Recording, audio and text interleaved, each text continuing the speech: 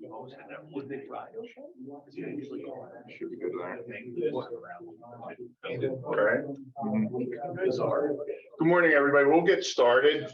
I kind of don't even know which way to look because we have the camera for the online and then I have people behind me, and whatever I do, Dr. Wider is going to say that I was wrong later on. Our tip does not need to spread beyond this space. We want to have these town hall meetings because there's so many rumors out within the EMS community. And this is an opportunity to talk about some of the rumors, talk about some of the discussions, bring up some sensitive topics that people don't really talk about except among a coffee table at the squad about how it can be done better. And there's another way of doing things. And I think this is an opportunity for everybody to talk about that stuff and get real answers. We had probably about 15 people in the room here with us, including Dr. Wydrow, the regional medical director. Audrey Kenny's here, director of emergency services for the county. So I think we're pretty fortunate to have the leadership here to help us through some of this stuff. I'm going to just go through some slides real quick, just to kind of, here's a brief agenda. Make sure you can see it. Can you guys see the agenda? A thumbs up, a yes, whatever works. We can. Good, good. Thank you. And this is a loose agenda. I just had to have something in case nobody said anything. So, no pun intended, a loose agenda. Larry Loose.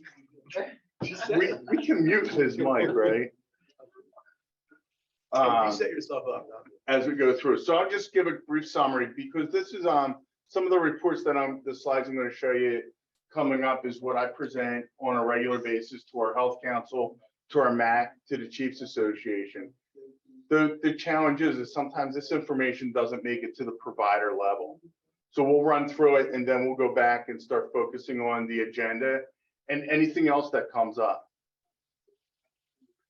So here's our call volume year to date. This is where we're at. I probably say that we're going to probably have a 3 to 5% increase in call volume from previous years, but this is where we're at. And we've hovered in these same percentage of transports for the last 15 years. This has never changed any different. We've always been that low 70% transport rate for all the calls we're dispatched to and arrive on scene.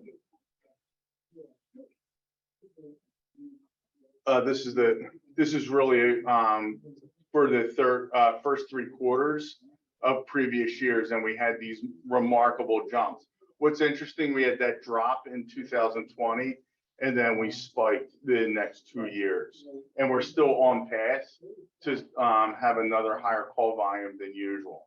And again, our transportation rate stays in that low 70s rate. And the important part about that transport is currently in their EMS system. That's how we get reimbursed. Our reimbursement is all based off of transports, not so much the calls that we do. Here's our top 10 call dispatchers because we all make a lot of assumptions on what our top 10s are. And this is pretty much, and these top 10 spots move up and down within its own categories.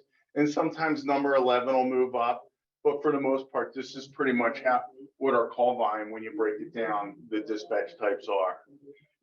I want to emphasize the amount of BLS calls that are in within that, and make up quite a bit of some of these calls. Here's our response time, and this is the 90th percentile. I think this gives a better accurate response time as previously. When you do an average, it's an average of everything. It just tells you what you're doing 50% of the time. When you do 90th percentile, 90% of the time, this is when an ambulance arrives on scene, this time or less. So again, this is county-wide, so you include the whole southern end of Bucks County and the northern end. Where when you go in those pockets of areas, you may see longer expectations of transport. And what I want to emphasize, I don't think we should be focused on response times, but I think the citizens of the county should have a reasonable expectation when an ambulance will arrive. Here's our workforce, and I always use the 7 county totals because our workforce comes from those 7 counties. And when I did the last time, I think it was probably a year ago, I think 40% of our workforce is outside of Bucks County. So we can't focus so much on just the providers that are living and working or living just in Bucks County, because our workforce is spread out so wide. And then we even have some outliers that are just a little bit further away. But this is the makeup of us throughout the system. And if you look at it, we have a large percentage of the providers from the whole state within this 7 county region.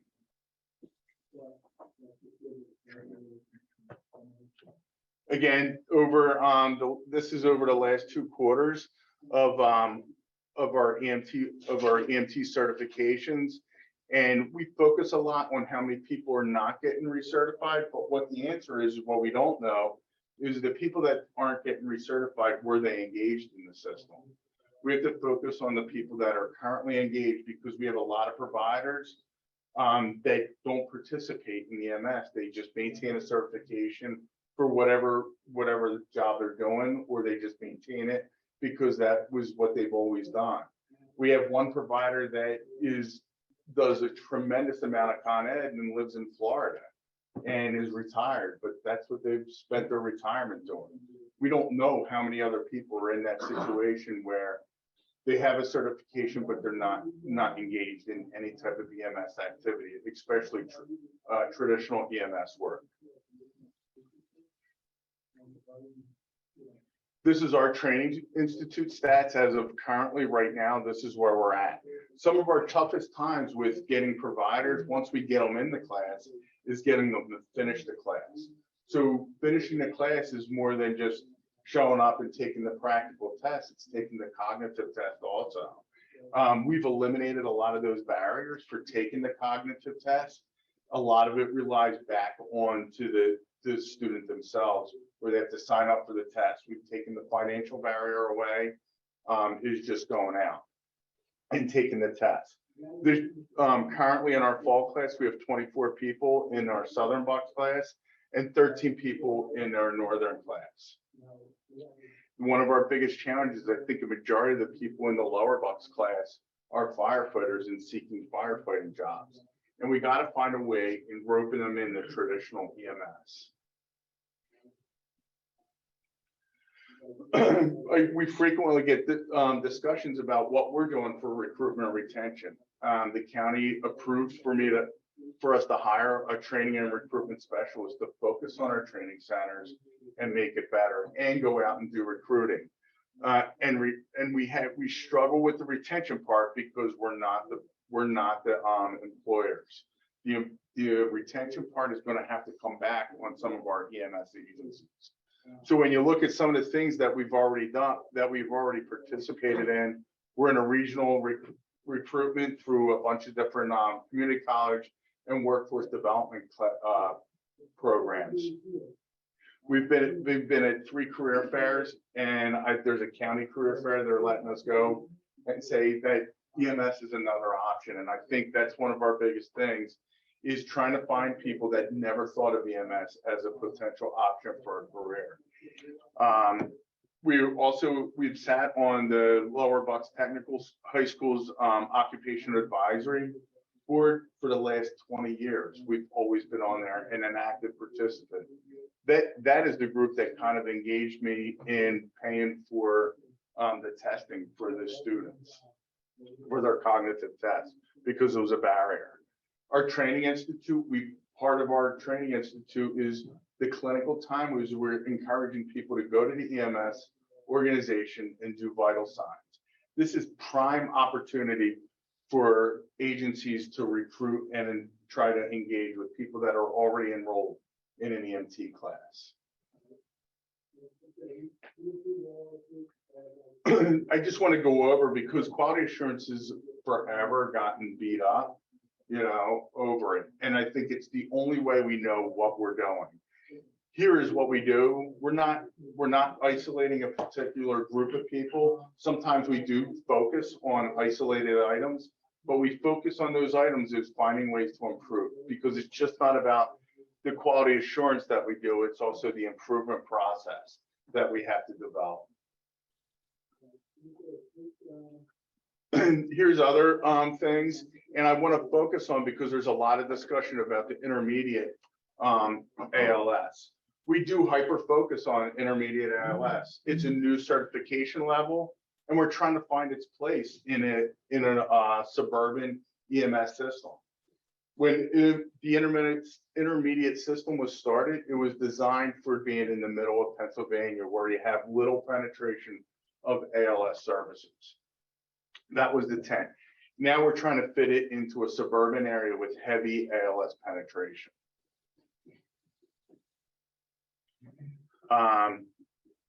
Does anybody have any questions on the stats that I provided?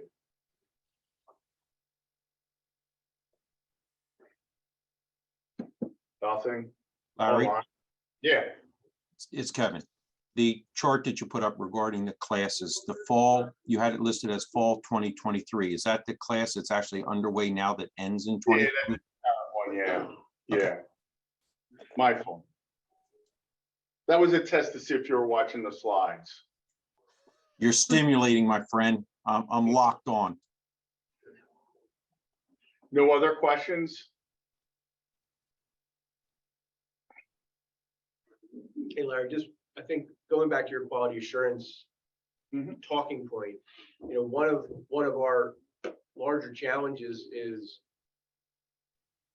besides being certain requirements that we have to do from a region, whether it be antibiotic administration for open fracture or sedation assisted, you know, we either get referrals or we'll find a case during routine quality assurance, and then when that's sent to an agency, some agencies are very proactive, but other agencies are not reactive or don't respond at all. So I think, and we talked about this at the medical advisory committee, that's a huge risk for that agency and for those providers, because if a third party such as the region identifies something and it goes to you and it's completely ignored, I think, you know, the risk for the medical director for that EMS agency is extremely high. So I think, you know, the quality assurance is much more than just chart review. It is, you know, the review of the case. It is there a violation of a protocol? Is there a deviation from standard of care? And then it's getting, you know, feedback from the providers, getting follow-up. So it's much more broad. And, you know, and since you've done it, and certainly Jason doing it, it's not just, oh, this person did something wrong, what's QA? It's much broader than that, looking at the context, looking at the follow-up. But then when it goes to an agency and they ignore it, which happens almost every week, where we, you know, send a case, as you know, I think the agencies probably have to re-look at their role in that piece of it as well, because some agencies are very responsive and others literally ignore the quality assurance inquiry. So again, I think that's an important talking point that we should be looking at, and how do we hold agencies more accountable to that, because we're not given a lot of leeway to do that currently with the Commonwealth, the way the Commonwealth is structured. But I know there's multiple cases we've had in the past 2 years where very serious cases have been literally ignored by an agency, including I mean, I've seen emails from Jason to a medical director and to a agency chief saying, hey, just so you know, there's this high risk QA in your, and radio silence. Not for response as much as just context to say QA is a much bigger, broad thing than chart review, as you know. But the agencies have responsibility as well, and they don't always meet the obligation. And the QA isn't done in a vacuum. We do a lot of reporting to find common. There's isolated chart outliers, but when we're looking at like the intermediate ALS, what people don't realize is we're collecting data on all of it to make sure how it fits, not so much on an individual or an individual agency. It's got to be global, because we don't know how it's going to fit in this suburban type environment with heavy ALS penetration. And I think that is some of the challenges. And listen, QA, QI, whatever you want to call it, it's always had a bad name. You know, it's always been presumed as, you know, these are the men in black that are coming to take your certification away. And to be honest with you, our QA is that let you know what you're doing. And if you're doing something wrong, let you know you're doing something wrong. Or if there's a better way in doing it, it's another way in evaluating how we can do it better. And find out flaws in the system. And sometimes not everything's going to be 100%. And that is the toughest thing for people to realize, is not everything's 100%, but we have to have a normal range. And in order to do good QA, you need to know what that normal range is, you know, and have those acceptable over triage, acceptable losses, but there's going to be some wins. And I think that is the struggle with quality assurance for over the years that I've done. It's been a challenge. Any other questions? Answers? So there was one question in chat about tracking QRS data and having statistics on them. We have limited statistics on the QRS. The statistics we have from the QRS are mainly from the communication center that we get in reports from them for response times of such. As far as other stats, agencies are always welcome to jump on our regional data collection system so we could have that information, and we would love to be able to include you, but without having the electronic data to have those stats, we just don't have the data to have the stats. But I think the easiest thing is we can give like some QRS data, but it would be tied to only response times and showing up on calls. I think that would probably be the easiest thing. That would be the low hanging fruit, and that's what we have, unless the QRS is on our regional data collection system.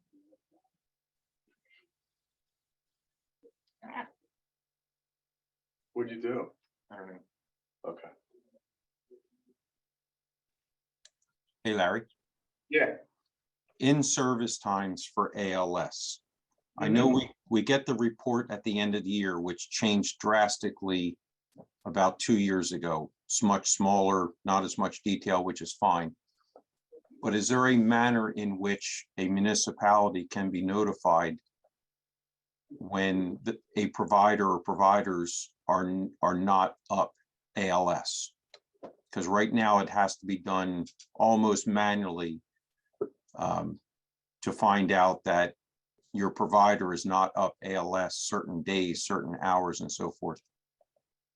Yeah, I think that's relatively easy. How often do we send out in-service time reports, or do we just have it posted on the website? We They're don't. sent out to the individual squads with the CAD reports. Does that help any, Kevin? It does not help the municipality who does not know about that. Would it be possible to have those reports sent to the responsible municipality so that we're aware of the service we're providing or not providing? Sure. I think it'll be easy. The challenge is having the municipality contacts. That's always been the struggle, because when I send out, we send it by snail mail out to all the year-end reports. And the challenge will always be, most of the municipalities don't even know, it doesn't find it to the right people. And then I'll get an email, hey, we didn't receive ours. And that's why we started putting it online, but we can work something out. I think it's easy to do. All right, should I reach out to you? I don't know whose voice I heard in the background. Was that Kim? Kim? Okay. I'll reach out. Thank you. Yep. Can we just go back to the slides real quick? And just.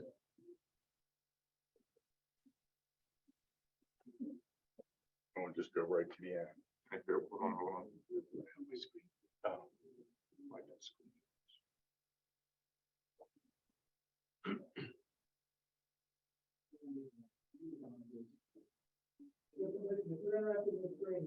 Should be there.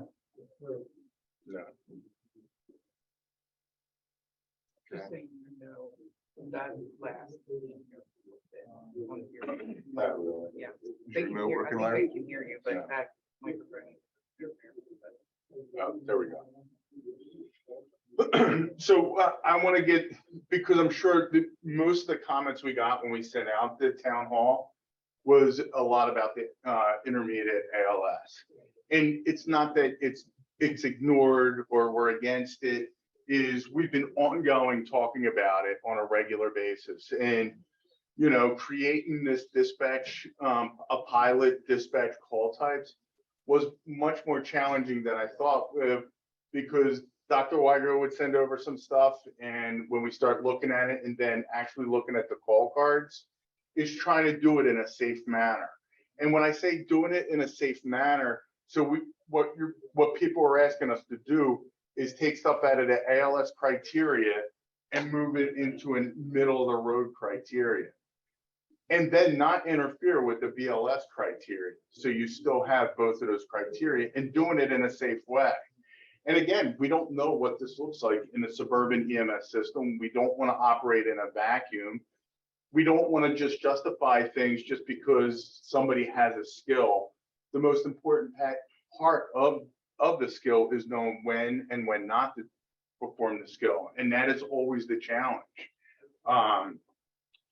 So to say, for people to think, and we started this process a while ago, looking at the data, and the challenge is everybody's putting in their data a different way within the data collection system, makes it challenging.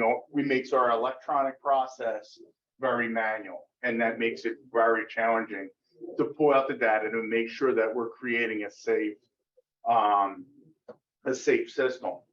That being said, one of the comments that I looked through is our dispatch criteria isn't based on the volume of calls, it's based on criteria. So there was one thing, well, since there's not as many ALS units, we should switch and make things BLS or make it intermediate. But that's not how the system works. It's based on patient needs, not our volume and expectations. Anybody have any questions on that? This is still a work in progress. Nothing's guaranteed. The one area that surprised me most was ATRANS. When I started looking at the criteria, is splitting that out was much more challenging than I thought. And I thought it was going to be easy, to be honest with you. And Larry, I think to your point, as we've been going through this over the past year plus, you know, this is not this is not it can't be siloed. I mean, we use APCO for our dispatching criterion.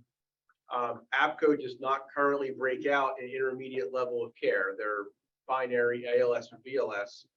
Medical priority dispatch, as many people know, or the Clausen system, does have the ability to break out multiple levels, but we don't use Clausen, and nor am I recommending we move to Clausen. But people have to understand that we have to manually do this, and that we, as the dispatch leadership team, the EHS leadership team, medical advisory committee, collectively have to make these decisions. And I think that's when I've talked to some folks who just think it should just be as easy as the dispatcher will do an initial interrogation and say, we'll send an IALS unit on that.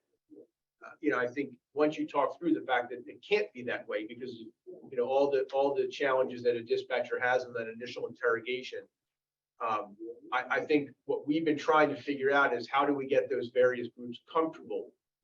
And again, it really is primarily the dispatch side, the EHS side, and the medical advisory committee, which, you know, none of these will be perfect, but I think it's an opportunity as we start to look at them of creating some, if you want to call them low risk criterion, where if an IALS unit is available, you could preferentially send them in lieu of an ALS unit.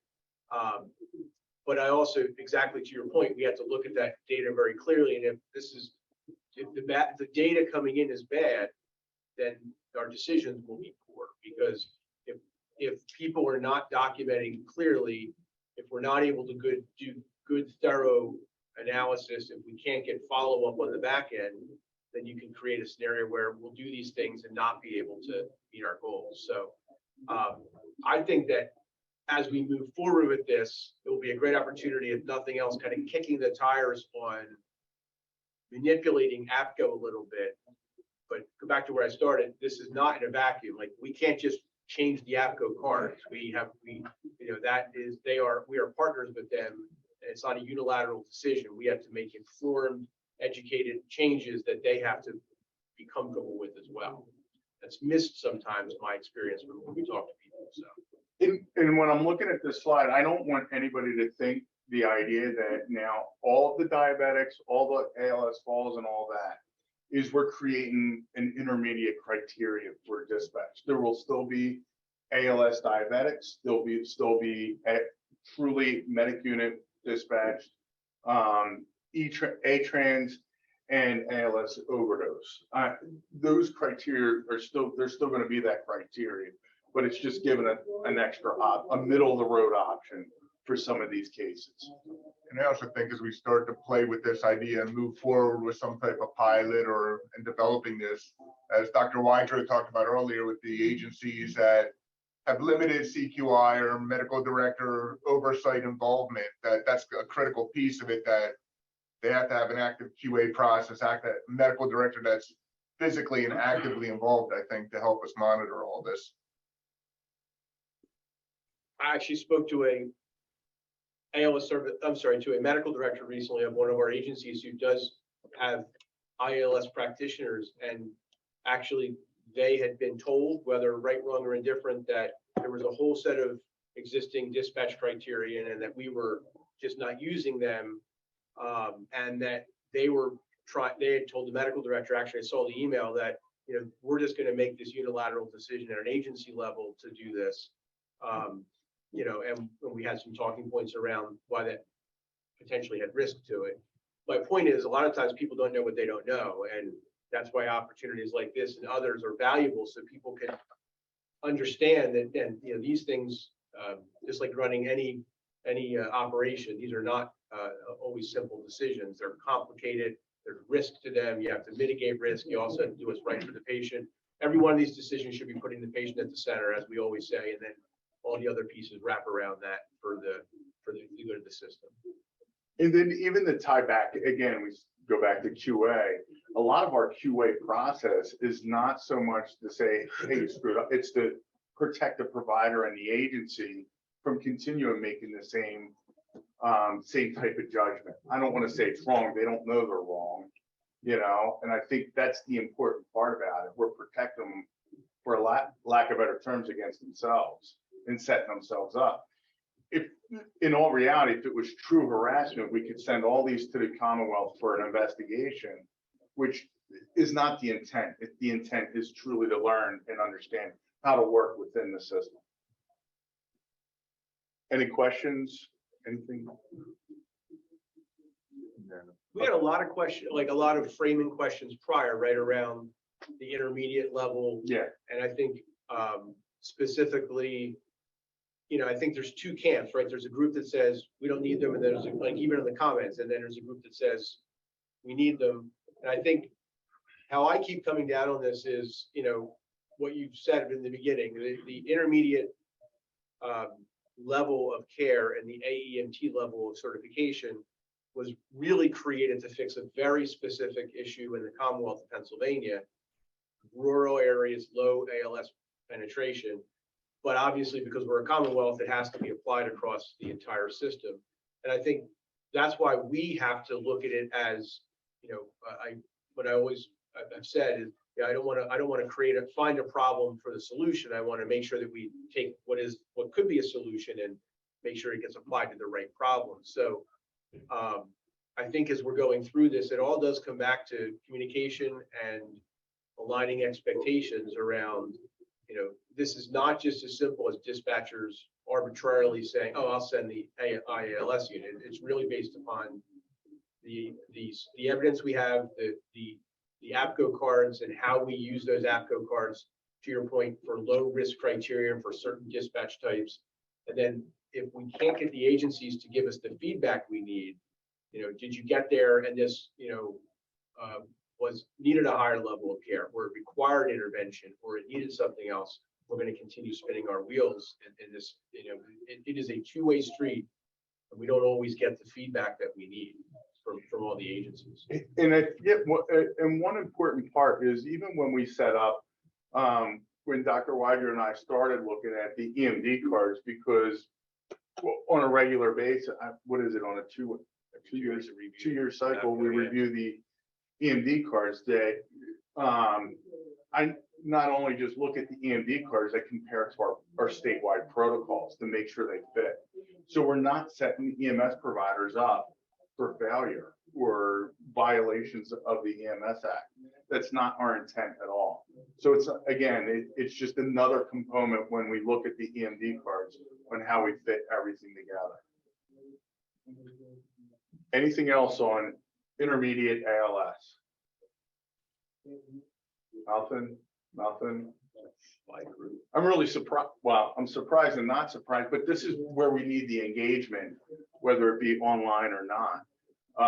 Because talking around it after the meeting to your colleagues that think either alike is not going to help this situation. I think we really need to have these open discussions. So we do have in the chat, Dr. Wydrow and Director Kenny. What are the barriers to applying discretion to existing cards, say a supervisor overruling an ALS dispatch in rule time?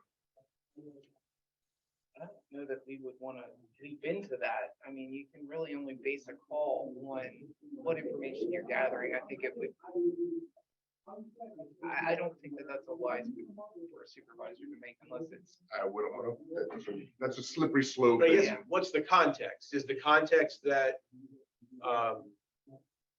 we system status management, where we have an incredibly tight availability of units, and on a case-by-case basis, a supervisor potentially could.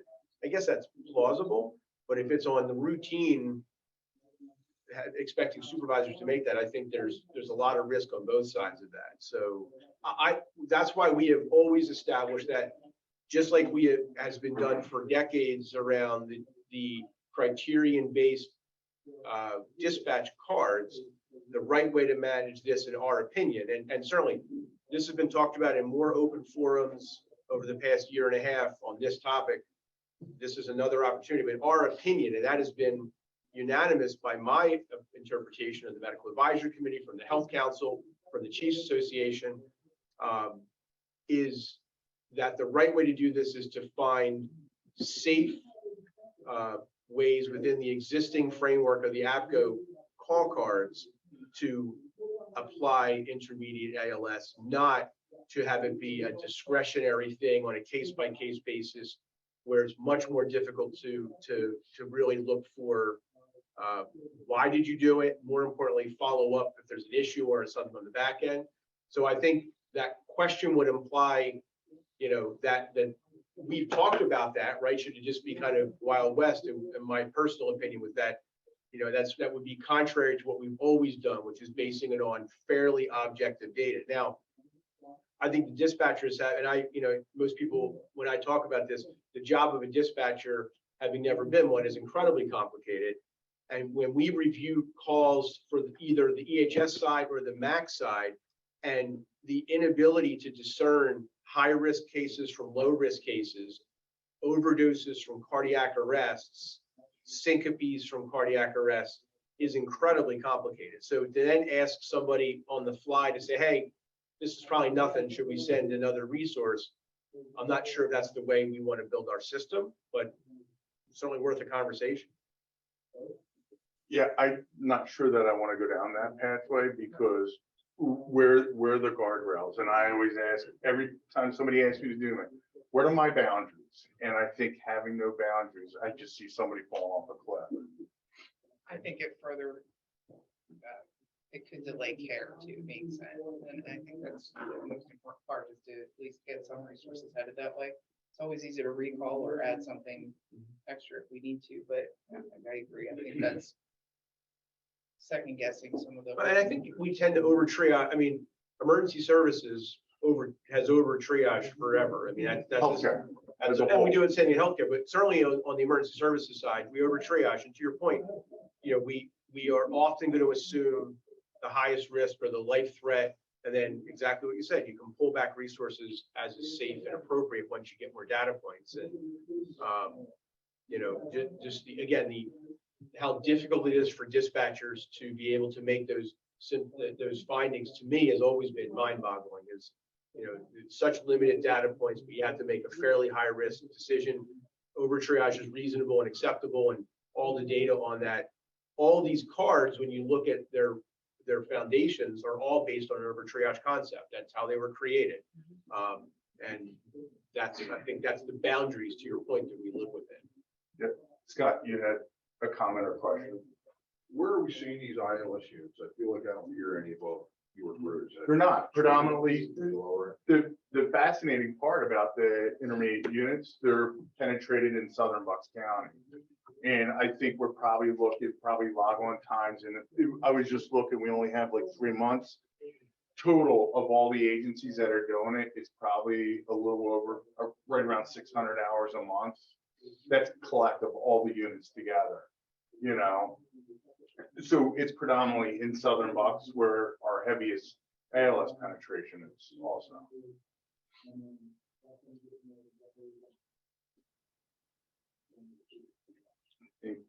Anything else about intermediate? Larry, Tom here. Yeah. Have you guys looked at the breakdown of what could have been treated at the intermediate level when the intermediate is on the ALS ambulance? And has that been a consideration to make changes to the care?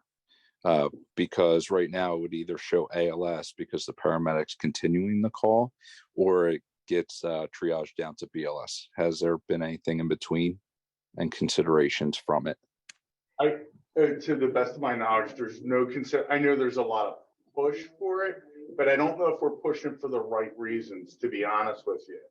Are we pushing so the paramedic doesn't have to work as hard? Or are we pushing on because the care is better or equal to it? And that's what we really have to sort out. And it's very challenging to find that boundary because there's still only 2 levels of care. There's ALS and BLS. And the intent of the intermediate is to provide that first 10 to 15 minutes of care in the middle of Pennsylvania, in a rural area of Pennsylvania, deciding whether a paramedic needs, I gave the sugar and everything's better, or I still need the paramedic to come in, or can I be at the hospital faster? The intent was it so an intermediate can take off some of the workload on a paramedic unit. And I said, and that's what we really have to figure out. Because even going through the data like previous, and I'll use pain management. Pain management was more often given when it was a dual paramedic unit as opposed to an EMT and paramedic unit. Because, well, I don't think they're in enough pain, they can go BLS. And that's some of the challenges that we deal with. Does that make sense a little bit? It does. I know you're talking about skills and the breakdown. Maybe it's a safe avenue if there was considerations to it, but I do see what you're saying there. Thank you. Yeah. I think the much broader value, in my experience, for the AEMT on a medic unit is just another pair of eyes, especially on critical resuscitation cases.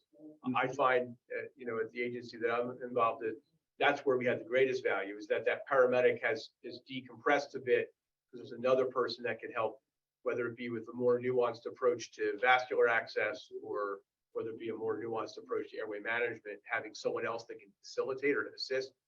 To me, that's the real win, especially in our system, which still, still has reasonable to good ALS in service times. Again, that's always the $1 million question, is when that could erode as it has in other places across the country. But in current state, we have been able to maintain that. But the IALS or the AEMT, I think, provides value on that unit, and that's something we have tried to embrace. And I think the more agencies should embrace around that as well, is their ability to augment, and that's kind of how I've always seen the AEMT. It's an augmentation to the system, not a replacement in the system. And I can tell you, being part of the state MAC, when they were developing the intermediate, there was a lot of discussions and a lot of concern about skill creep between the providers, because there's been states that fully implement the intermediate. Well, now there's no reason for anybody to go to paramedic school for one specific skill, and it wasn't geared properly to the system. And I just talked to somebody recently in New Hampshire, and they said, we never call for paramedics. The only thing they do is give cardiac medications. That's it. So we always have to be careful because we have a narrow career ladder anyway. And I think we don't want to mess up that ladder. And then my other concern is how long does it take before the insurance industry to realize, oh, they have a lower level of care. Can we find a reason to pay them less than they already do? And it's just a matter of time. The sad part, it might be an EMS provider giving the idea to the insurance industry, and that's always a concern. Larry, one other nuance around IALS, I think that is important to discuss is a lot of our medical command physicians don't fully understand what the advanced EMT is or what an IALS unit is. And again, it goes full circle. There are some agencies that are engaged and some agencies that are not. There are some medical command facilities and medical command physicians that are engaged and some that are not. So we talk about these things. We push things out via our meetings. We put meeting minutes out. We encourage engagement. Why that's important is a lot of times the advanced EMT is, especially for a cardiac patient, is relying upon a medical command physician. Many of our medical command physicians don't understand that. So they see an EKG come across, they're presented one, they don't even know why is this being sent to me? You know, they don't realize that they're a pivotal piece of that. So although we've tried to do that, both at the regional level as well as by having conversations at local hospital level, still is an impediment. And I think I would certainly encourage agencies that are using a lot of IALS that they should themselves go out and engage their medical command facilities to say, hey, there's a high likelihood we'll be contacting you. What is your understanding of this? Because again, that weakest link is you think that they're getting the EKG and they're interpreting it for a STEMI or not. And they're not, because they don't know why it's even being said there, right? So that's just another nuance and why, you know, these things are always going to be left to a lot of interpretation by a lot of people. And I know, I'm sure the conversation offline or in people's heads with each other on text is, well, all the docs should know our protocols.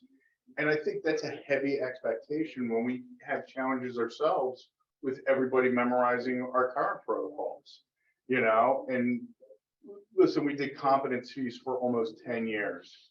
And the tool was to credential people as ALS providers. But there were so many small parts of the protocols that people didn't know and didn't understand when you look at that. And I always struggled with the written test of the protocols. And was it important whether they passed or failed, or was it an opportunity for them to refresh on giving them an opportunity to understand what they didn't know? And listen, I learned a lot from writing the test. I learned a lot from Scott writing the test and me editing it. And the funny part, no matter who wrote the test, we always got the same complaints. So it was kind of cool. It wasn't I was the complete failure in writing the test. Josh Dowd, you have your hand up there. Do you want to chip in on this? Yeah, guys, I appreciate the I guess historical report that Larry had in his slides earlier, as far as like trending the call volume year to date, you know, through the third quarter. And, you know, to Dr. Wydrow's point, you know, right now we're sort of, at least in the lower end of the county, you know, hovering with reasonable, I guess, ALS in service time for most of the units throughout the lower end. I'm just curious if any type of like correlation has been done or data has been collected to show like a 5-year trend of, you know, hours of staffed ALS units or BLS units throughout the county, and what that looks like now, you know, year over year relative to call volume, and obviously now with the IALS being, you know, another designator of unit. You know, I know like organizationally we track what our ALS hours in service has been, you know, every month for the last 12 years, right? So like, I'm just curious countywide if that information has been collected or looked at, just because again, I agree with Dr. Wydrow that right now we're in a position where ALS units are still available. I do think, though, not speaking for every organization, but some of the discussion that we've had has been, while yes, we certainly want paramedic units available, we want them to be the primary staffing that we can provide, but down the road that may not be feasible, to Larry's point of, the providers not only not entering the system, but leaving the system or staying certified, but not participating in the system. I think a lot of organizations are kind of just preparing themselves that, is it better than BLS? Is it better than not having, just 2 EMTs on a truck? Is the AEMT an alternative to that for municipalities that are constantly, I mean, even to this conversation earlier, municipalities asking what in service time looks like, and for what reason. I assume it's to engage in discussions with their services about improving it, not because they're completely satisfied with it. So I'm just curious if that analysis has been done and if that data is available to review as well. The cool part about it, I think we have all the in-service times probably for the last 100 years, to be honest with you, ever since there was that 24-hour requirement. And historically, and sadly, most people probably don't realize, they used that in-service ALS time years ago to fight against their neighbors or the neighboring EMS system.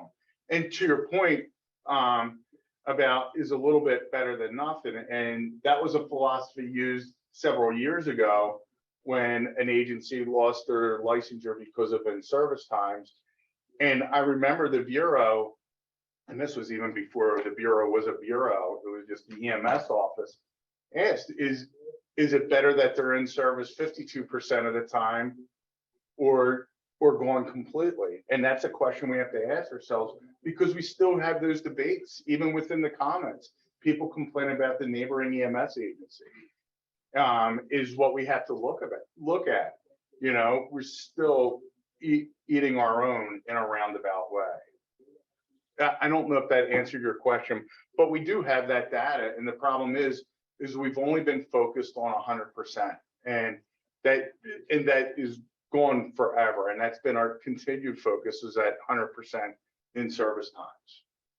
But I guess what I'm saying is, looking at it as a whole of, if organizationally, obviously every organization can look at their own individual statistics in a silo. But when we look at the stress of, the demand of what the Bucks County EMS, the demand for EMS in Bucks County is relative to what the status of the system is, right? So what the unit hour utilization is globally throughout the entire county, and again, we've talked about it for 20 years that I've been part of the conversation about how, our ALS units are underutilized because, they should have a higher utilization for better provider competency and all that stuff.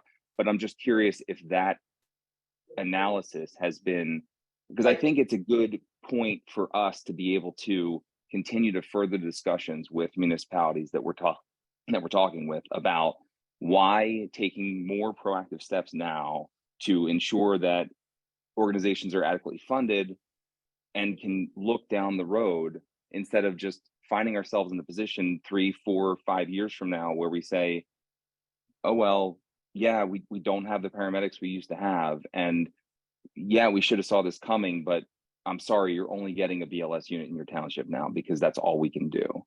So I think it would be a useful tool for all of us that are having those discussions with the townships, that this is the information, this is the trend, right?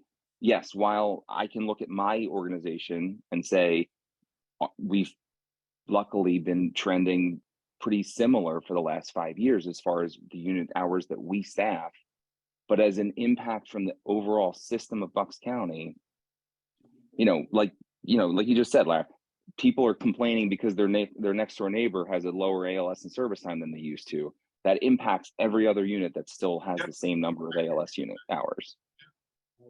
And I think that goes back to what Kevin DiPolito asked for, is that global in-service time for a municipality. And we do have that data. and, you know, and seeing if there's trends up and down. So I hear what you're saying. I think our regional response plan is going to help with that. The challenge is within the silos of each organization's first due area.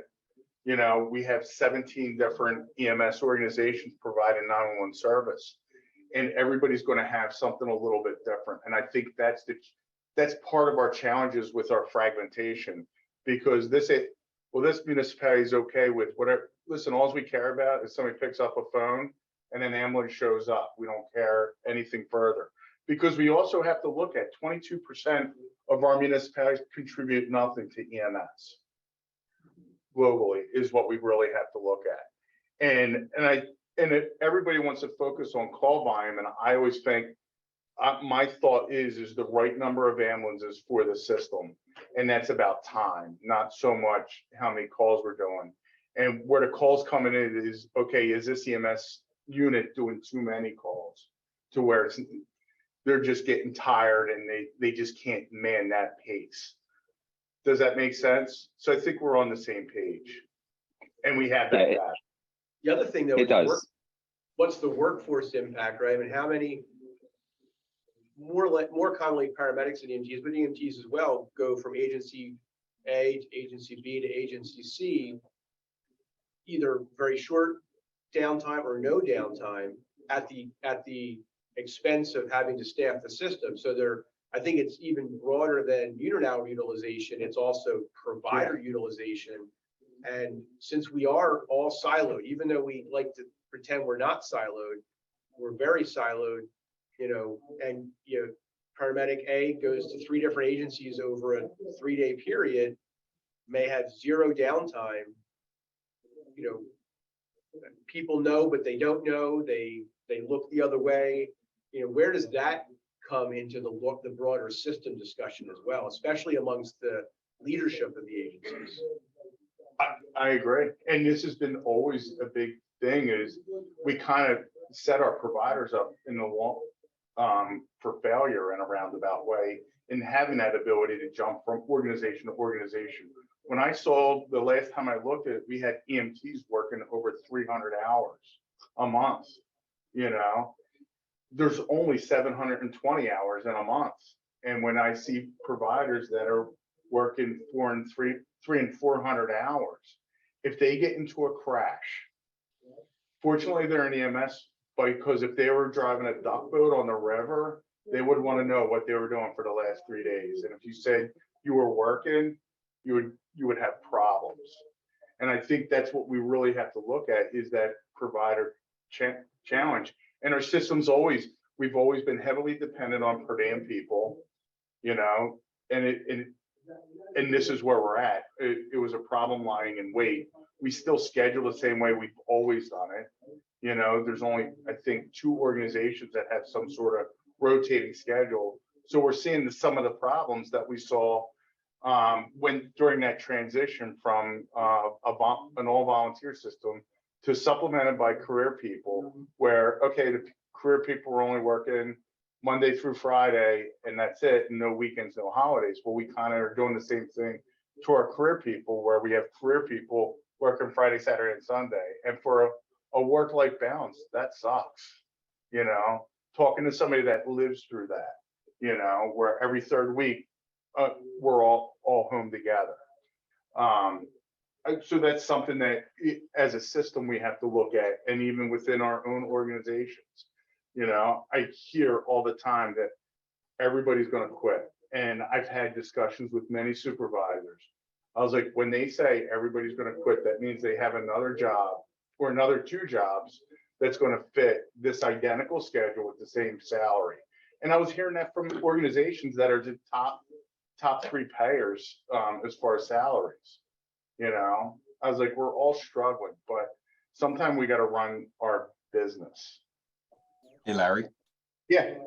So in addition to what Jason Dowd had said, we too get those phone calls occasionally from neighboring municipal officials saying your lack of ALS or your lack of sufficient ambulances is causing a domino effect on our end. But there's one other thing that we must deal with here at the municipal level, and that is the millage that our citizens pay is the same at one part of the township as it is the other. And when we are not providing the same level of protection from one end of the township to the other, that's an issue on our end, and that drives my request for the statistics I'll be asking Kim for.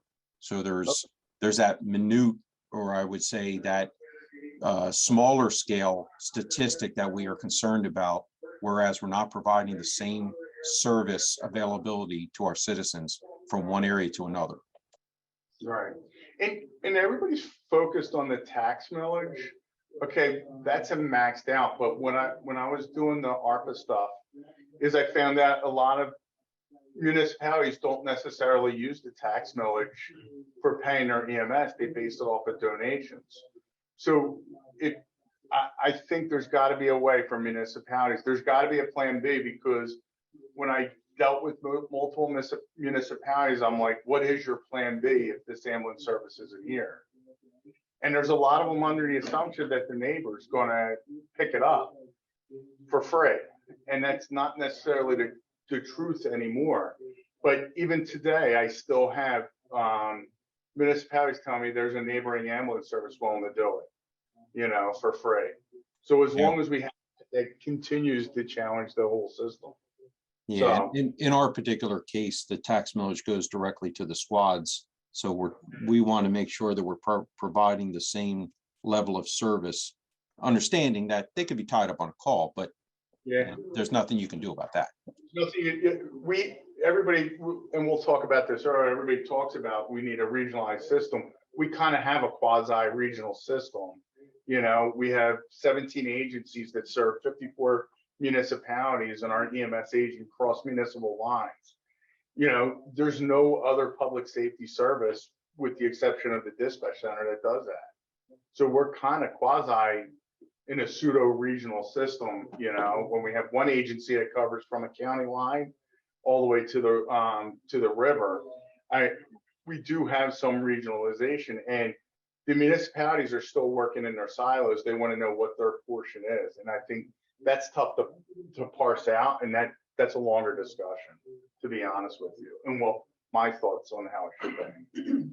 Do you think with all your meetings with the municipal leadership over the past year, kind of some of it within the ARPA bucket, some of it at their request, do you think, because it is amazing to me that there are still municipal leaders that, the best I can tell, have never engaged their EMS agencies or their EMS agencies leadership. Do you think that that's getting better now, that with these more open meetings and open conversations happening? I think in pockets, it's helped. And I think those small areas, it's just that, small areas. It's enhanced some of the conversations. So probably, but not as global as I would like it to be.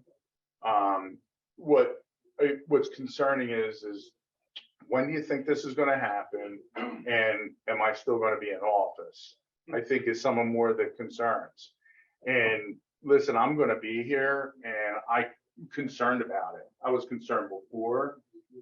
I think COVID exacerbated everything. Because it's not even just EMS as a workforce, EMS as a whole, but our definition of work for society has changed so remarkably. So to answer your question, I'm not quite sure. And I find most places are very reactionary. I don't like reactionary. I like the plan. Really? So, anything else about that? This is what I want, is these conversations is to kind of go out of the way. Go ahead, Scott. I had a couple things, but I'm not sure. Just the other night, we had agency A had a call out, and it literally domino affected 4 agencies. No, I hear you. And that's where we are. 2, I believe, downgraded care because of this, and the other 2. I don't think people realize, because even when I was full-time clinical, all it took was one person to have a late call, and it caused everybody else to miss a provider, because it was just like picking up and spinning, and people would just move and plop down. Now it's worse. It's a call out that creates that problem. And the other thing, I mean, I'm not proud to say this, but I'm gonna say, because I truly believe it's true, is we're seeing hours directly related to performance. You know, I mean, Jake can probably tell you from looking at everything, but, you know, I've had several conversations with people, you know, and it's, you know, maybe it's not the medicine, but it's the way in which calls are being handled. You know, you're not. I think that's a mixed bag. I think that's gonna get worse with the hours, because we've always worked 100 hours, you know, and we've had those discussions. It's questionable. Was it because of salary or because we can? And I think the answer is a little bit of both, you know, and everybody's kind of had a bitter taste with that whole, well, what are you questioning my calls for, you know? And listen, we're sending a group of people out with minimal to no supervision to make decisions, you know, and then as leaders, we have to make those decisions back to the building. And some of these providers were never held accountable to a standard. And I could see that from organization to organization. When I was doing QA, I can see a provider perform one way at one organization and go to another organization and perform completely different. Same kind of calls, and, you know. I just sent a QA inquiry within ImageTrend to an ALS practitioner at our agency, and their first response, it was very simple, more about wording, but their first response was, I've never gotten one of these from any other medical director. And my point is that you should be, right? I mean, I think that's part of this, is that everyone needs to kind of raise their game a bit, because it's such an important thing, and quality is all of our responsibilities, not any one person. It's certainly not the QA coordinator's responsibility. You want to digest that?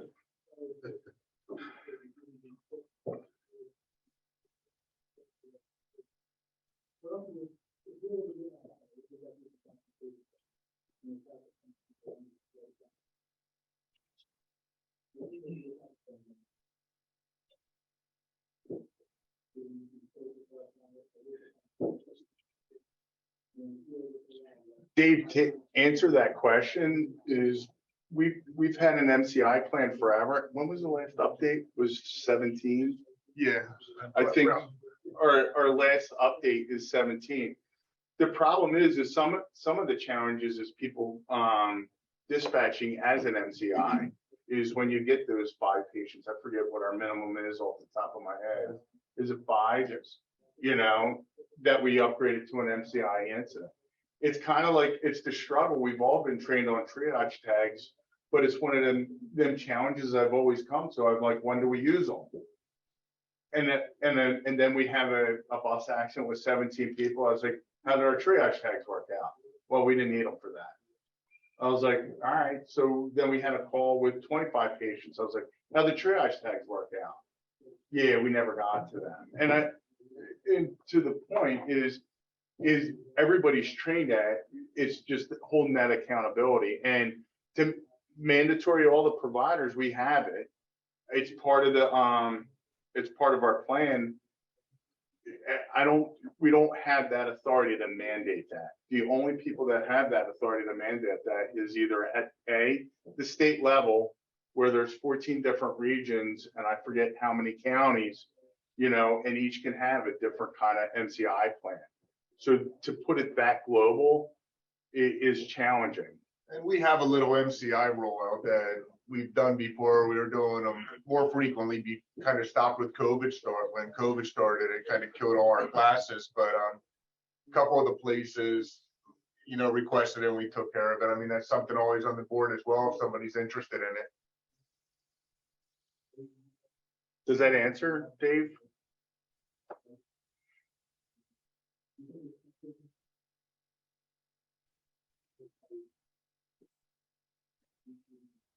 When I was looking at the topics that people had submitted for conversation for this, several people talked about, you know, the answer is a regional EMS system. So I'm curious, you know, amongst the stakeholders, what does that mean? I mean, you have EMS agencies that are very vibrant, financially secure. You have others that are trying very, very hard, but might have some financial struggles, and you probably have some that are in dire straits. And then you have a regional EMS system, in the Commonwealth that, has a small office. It's not massive. It doesn't have massive infrastructure. We have a county that doesn't currently provide, except for, I guess, the sheriff's doesn't do any other, and dispatchers doesn't have any other law enforcement arm, doesn't have fire protection. How does that integrate? And how do EMS agencies see that? Do they see it as a threat? Do they see it as an augmentation? Do they see it as a good thing, a bad thing? Go ahead, Brian. Sorry. This kind of dovetails into what you're just asking, right?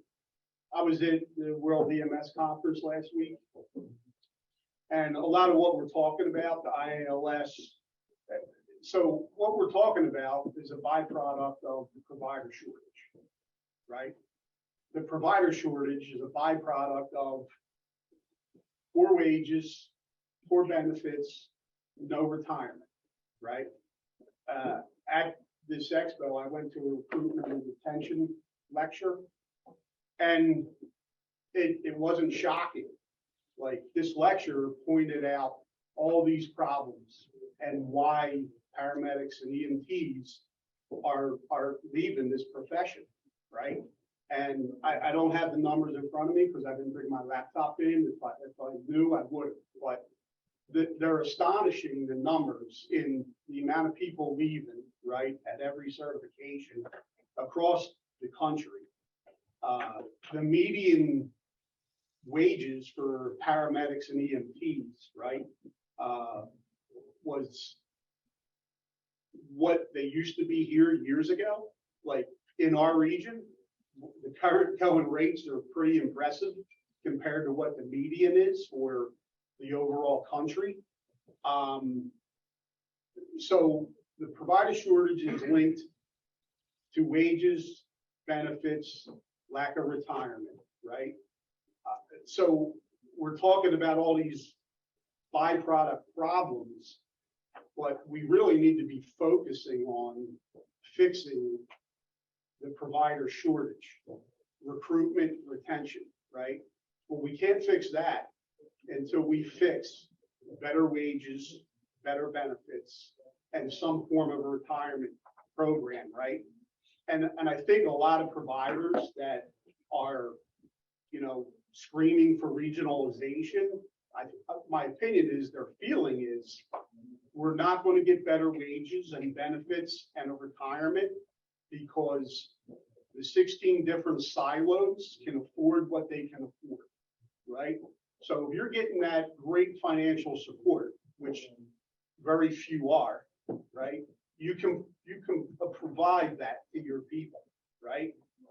The other services that can't, for whatever reason, whether they're falling on their face and speaking to their townships, the townships are nothing but a deaf ear, or you have 22 municipalities that think somebody else is going to come and do it for free, right?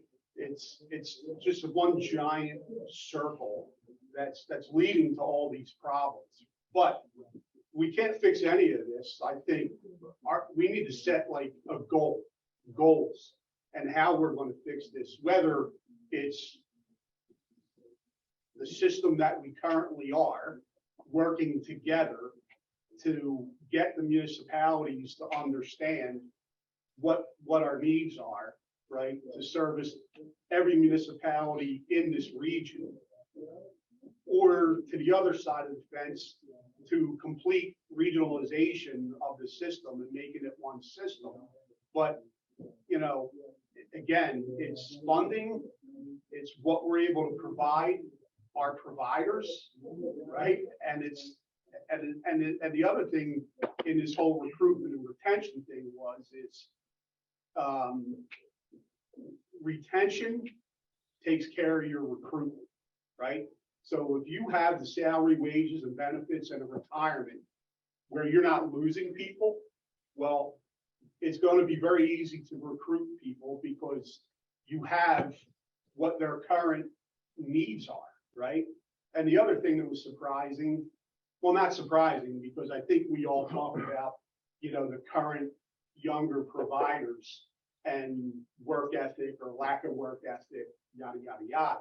And I sit in this and you see what the hierarchy of needs were. Well, they're almost flipped now, right? Besides wages and benefits and retirement, it's schedule, wanting their time off, right? And if we don't recognize that as leadership, we're going to continue to have these problems, right? Some people want 12s, some people want 24s, some people want 8-hour shifts because of family life and circumstances and demographics, you know what I mean? So just in an hour presentation, like there was a ton of information, and then as I sit here and listen to this, like I'm like, well, we should just take this 1-hour lecture right now and go from there. But that we're where we're at because of those problems, in my opinion. Lack of funding, that'll lead to better recruitment and retention, and then we won't have IALS issues because we won't even need to consider it. No, You know what I mean? And then, not to interrupt you, but I guess my final thing is, what are we doing to feed our needs, right? We're running EMT classes, right? Is anything developing on a medic program within our own region? I haven't heard where that's at. And there are other ones out there, and I know it seems like Chestnut Hills and Reading's program is still getting a lot of applicants, which is nice to see, but again, and then one last thing, we just did it at our place. We recognize that we're missing the young provider because most EMS agencies driving age is 21, right? And the last couple of times I've gone to do recruitment and I asked the age of the students, and like 50% to 60% of the student is like 15, 16, 17, 18, 19 years old. So if they do go and test, which is the problem we've talked about for a long time, if they do become a certified EMT, right, we're not snatching them up because we don't have any interest in them until they're 21. So services need to really rethink that, because if we don't grab them when they're looking for a career, well, by the time they turn 21, they're probably working a completely different career and basically wasted their time, right? So that's another issue. Now we've addressed that. We just recently changed our vehicle coverage, and we're going to hire, and in our apprentice program, that's what we're looking for. 18 to 20 years of age, getting them right out of high school and locking them into this career. So anyway, sorry to interrupt you. No, and I think that's what everybody's looking for in that regionalization, because they see these other areas. My only concern, right, is some of those places that already have all that stuff are experiencing similar situations. They're experiencing, we still can't get people, and we have all that, and that's the challenge. I think it's deeper than just wanting that. Believe me, if I thought the answer was that's what everybody says right now that are currently working full-time in EMS. We want better health insurance and better pay, and we want to make $200,000 a year, and we don't want to do too many calls. That's the trouble, because it just dominoes. And I think we have to reset some people's level, because I don't think they understand what a regional system really looks like. That's one option. That's one option to work in a 911 service. And listen to how people complain when we did our credentialing. If you think you were going to have a regional EMS system with no credentialing, no accountability, I have trouble believing that Dr. Wydro would say, yeah, that's a great idea. since we're regional now. And he's never changed, for the last 20 years, as far as a credentialing process. And there's no Monday through Friday shift. It's, a rotating shift. Everybody's going to get a chance to work a weekend, and I think that's the struggle. And people will say, okay, well, I'll take a little bit of a pay cut or what the current rates are, and like I said, every time I've updated my municipal talking points, I hear about these different rate increases, and I'm going to tell you, I remember making $12 an hour as a paramedic, and the place be flooded with paramedics. And you know what? And paramedics taking EMT jobs because there was no paramedic jobs. So I remember those experiences. But I hear what you're saying, and I'm not sure. And I think the new workforce is completely different. That being said, the biggest challenge with our recruitment and retention is our providers. Because what I know, when I was a middle manager at a rescue squad, my biggest recruiter were my providers. Were my providers that say, come on over, the water's great. This is fun. And all you need is a handful, is providing that place that they knew what they were getting when they signed up. We weren't the highest paying, we weren't the lowest paying, but there were, and I think that's where we have to get back to. When I looked at all the comments for this town hall, is people just bashing EMS. And whenever you get somebody in the door, the seasoned EMS provider says, get out as fast as you can, and that's so challenging. And you're talking to a guy that didn't get into EMS because I was sitting in high school and said, you know what, I think I want to be an ambulance driver. I was started in the fire service, took an EMT class, and have been here ever since. I took a paramedic class because I thought I was going to be a career firefighter in a warm climate. Been here ever since, and I think that's what we have to look at and we have to grasp. And to your point, is what those people want is our new providers. And that's one thing we have in EMS is that flexible hour schedule. People want more time off. And I think that's one of our biggest selling points. Listen, you can work your whole week in 3 days. You can work we have it so you can have that flexibility, but we have to create it and we have to embrace it. And we kind of have to embrace who we are for right now. Waiting for something to happen, waiting for the funding to come in, I'm not sure is going to happen. I am confident will collapse. And I can tell you, every municipality I talk to, I don't talk about in service times. I talk about paying for waiting to be engaged, because that is our biggest cost. And we're on retainer for every municipality. And I don't think people realize that. It's not because your municipality didn't have EMS calls, does that mean you shouldn't pay for EMS at all? But we were there waiting for that call if you needed it. Well, that's the other issue. That's, We all know, I think, has to change, right? Yeah. It's about the cost of readiness. In all fairness to our municipalities, is they're experiencing the same thing as we are. We're in a system that is functioning the same way as we started in it, right? It's still financed the same way. And that's the challenge. And they've never had to worry about it because we've always had a volunteer system. Now we have a fire service that's collapsing and an EMS service that's collapsing. Well, and I've said this before, now you talk about the fire service, right? Because obviously we all know there's paid firefighters in Bucks County now.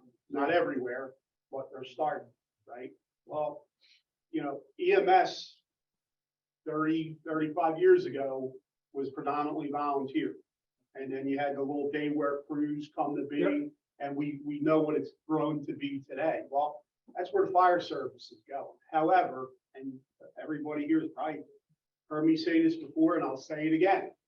If municipalities can see fit to pay these career firefighters $58,000 to $75,000 a year and give them township benefits and a retirement plan, right? why do you not see fit to support The sad part, EMS service, right? Yeah. And we'll just go round and round Yeah. about this. yeah, Again, I wanted to throw that out there because, you have the state director here in the audience and, Audrey's here, we're all at such a low level. Like, this has gotten beyond our level, right?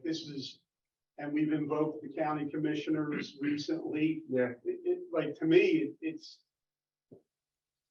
it's at that level, right? Where, they got to take up our beating drum because to some extent, I'm not speaking about Trihampton, but I think some services that are struggling or not getting support is because either they're not beating the drum to their municipality, or if they are, their municipality hasn't pulled out their earplugs to listen. So they got to get it from some other level to understand the current situation and crisis, right? And then one other thing I just remembered, like, it was a staggering number in this lecture. The estimate is I don't know if it's next 5 or 10 years, but EMS, we have the shortage we have right now, but there was an estimate of like, we're going to need 260,000 additional EMS providers in this country over the next 10 years to provide EMS. Like, that's a huge number.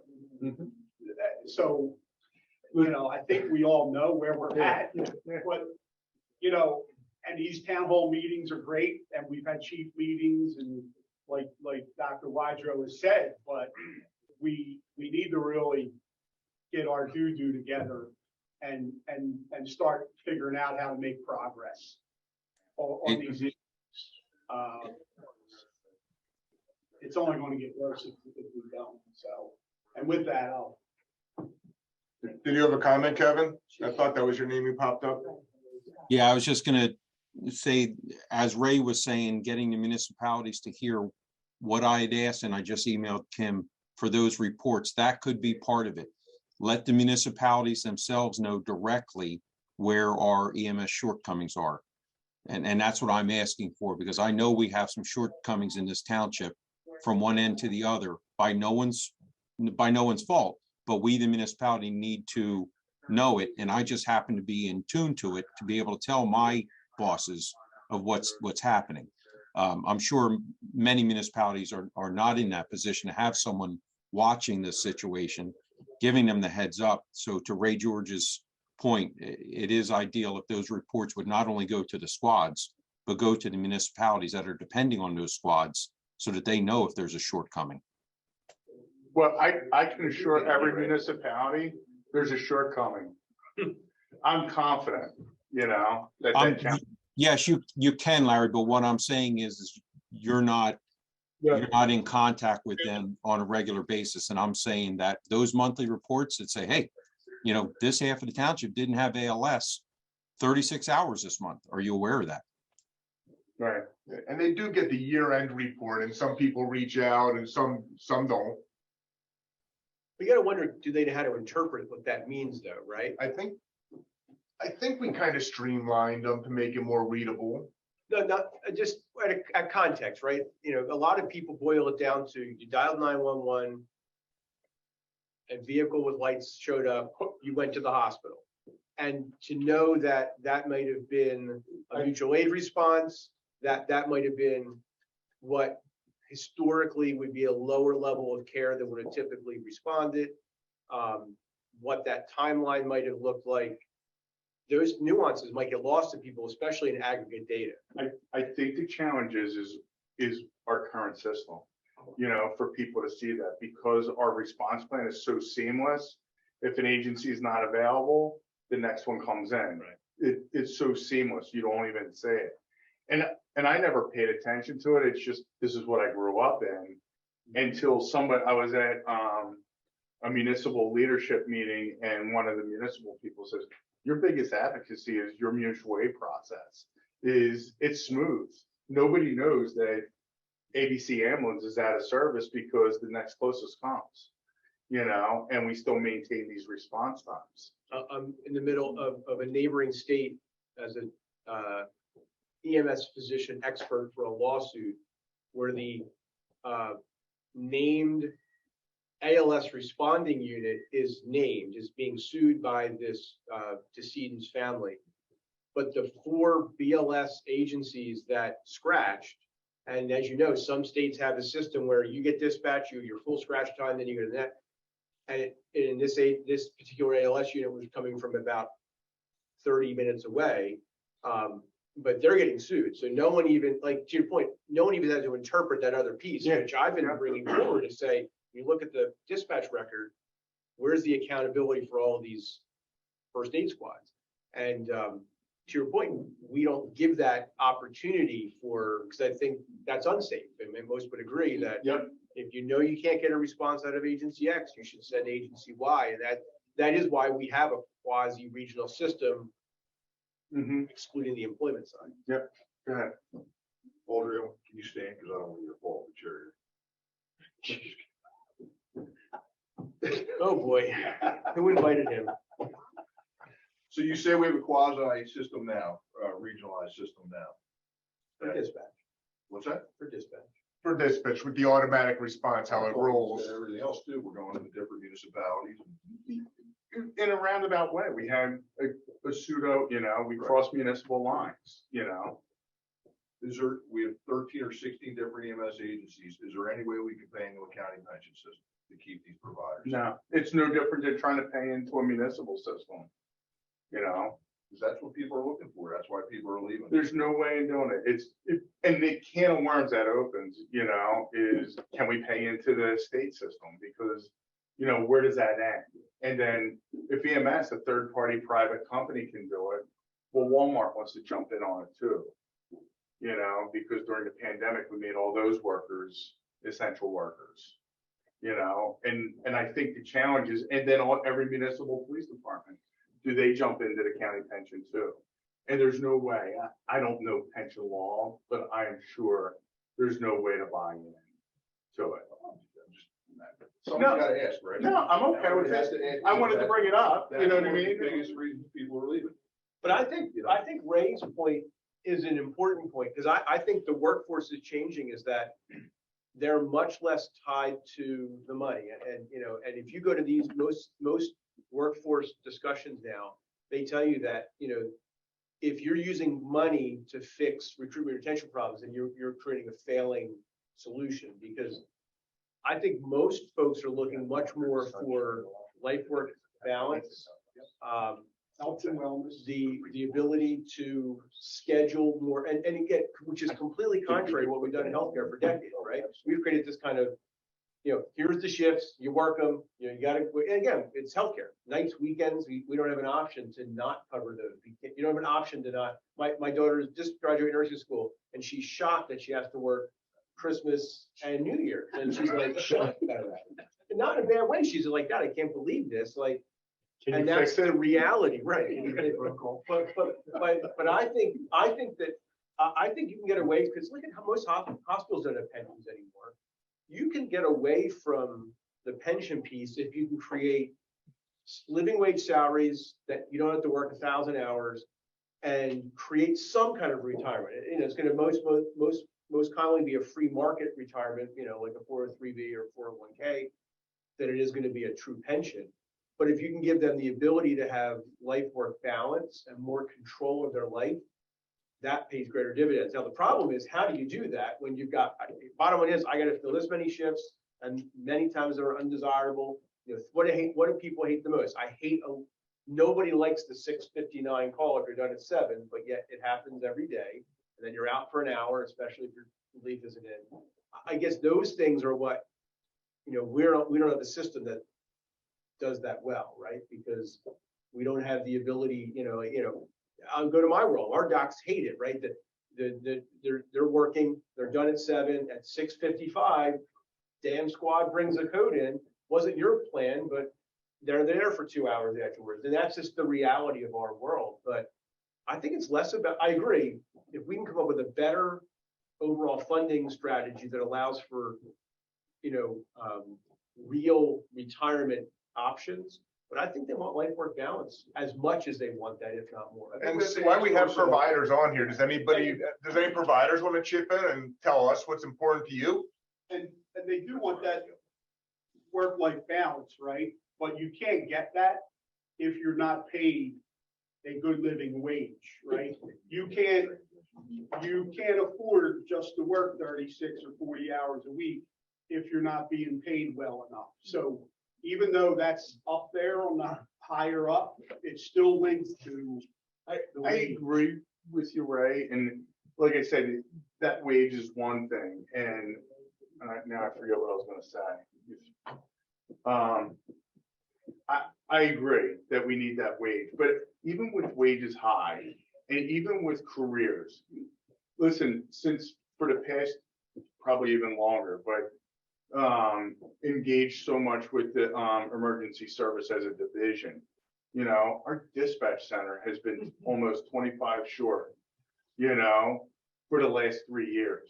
And they have a pension, they have healthcare, county benefits, and struggling to get people. Struggling. Eric's point, career ladder, I've always said, yeah, true. That's my And I've biggest thing, always career struggled, ladder. and even prior to this is struggling to get through that process of there's no a limited career ladder. Hey, Larry. Yeah. I mean, to be honest, I was a full-time provider for, 15, 16 years. And I actually took a pay cut to go to the radio room. I took worse hours to go to the radio room. But for me, it was stability, and it was stability, physically, and stability with, you don't really ever know the financial stability of the organizations that we're working for. So I don't know necessarily, I can only speak for myself. I don't know necessarily that better pay is what, I think it's an easy thing to ask for. But, and especially younger people, younger providers who don't, maybe necessarily have mortgages and families and stuff like that. But for me, it was not the pay, obviously, and not necessarily the hours. I needed better stability across the board. Is the pension great? Sure, the pension is great. But I had retirement plans set up at other organizations, but stability was my main reason. Yep. And I see that other places too, that they moved on. You're going to a county system and that is something, but within 2 years, everybody will complain about the pay. I'm confident, if not sooner, in a regional system. I just think we have to be careful what we ask for and understand, because everybody says that's the answer. And like I said, we have a dispatch center that's been almost 25 short for several years, and has made it a little bit of a challenge.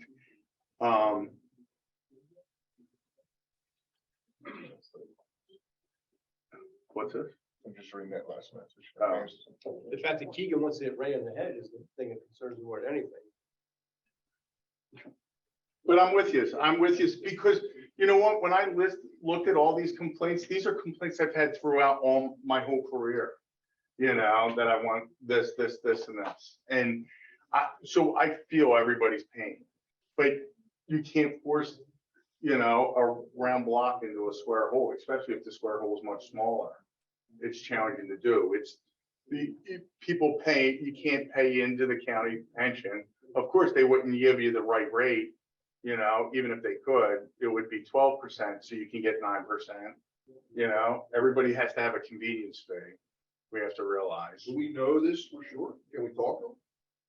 You So want I us can to just talk to speak them? to my own experience. When I left the county and went to the state and came back, I tried to take my pension money that was invested at my state job and roll it back in Right. into the county. And they said, you can't take it outside money and roll it in. So I wasn't able to do that personally. I think there are some pension rules within the county structure, whether it's just here or across the board, that doesn't allow for that kind of participation from an outside agency. You can certainly pose the question to the controller's That's all office, we're- but I'm that's all pretty we're sure asking. it's gonna be met with a no. Because I don't For want an to set an EMS agency, expectation. afford that though? 9%? But we're at a point where we have to at least ask. It would be more than I 9%. can tell you, coming from county government to state government and staying in state government, you can't move into other pension groups. Right. So outside entities can't buy into a pension group unless they're employed by that group. So you can't, unless you would all become county employees, you can't get into the county retirement system. One of the things I would caution you on is using the term regionalization to mean the EHS region.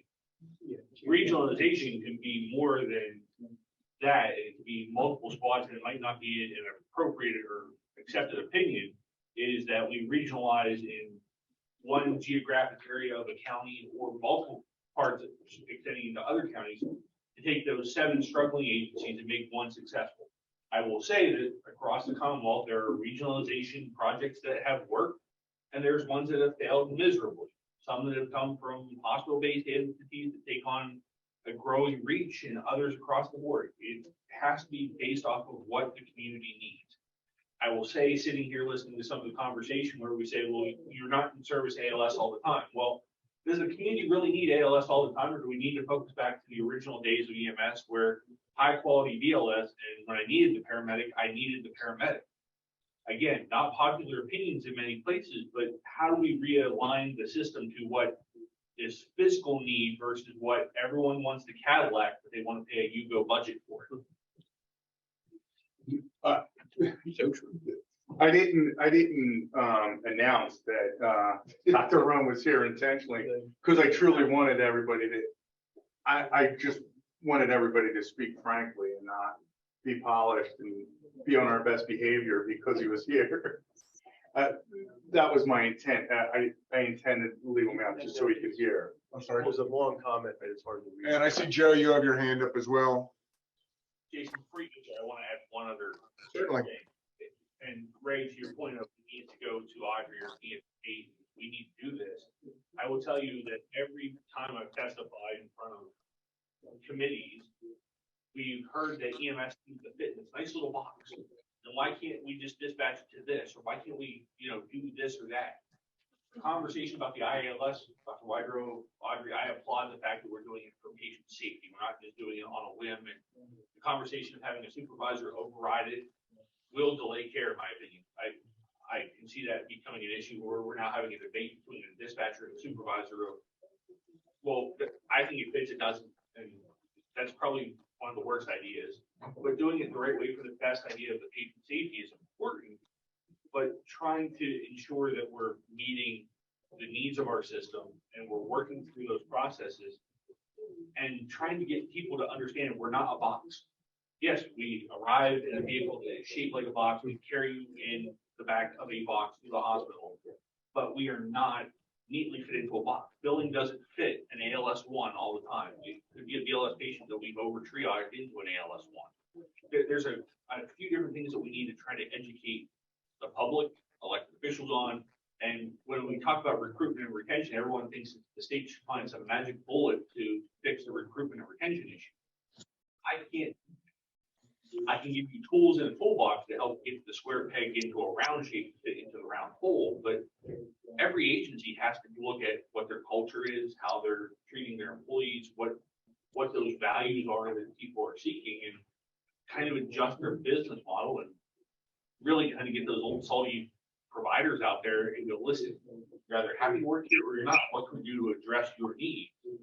And Ray, I will applaud you in the fact that you're adjusting it to get younger people to be able to drive.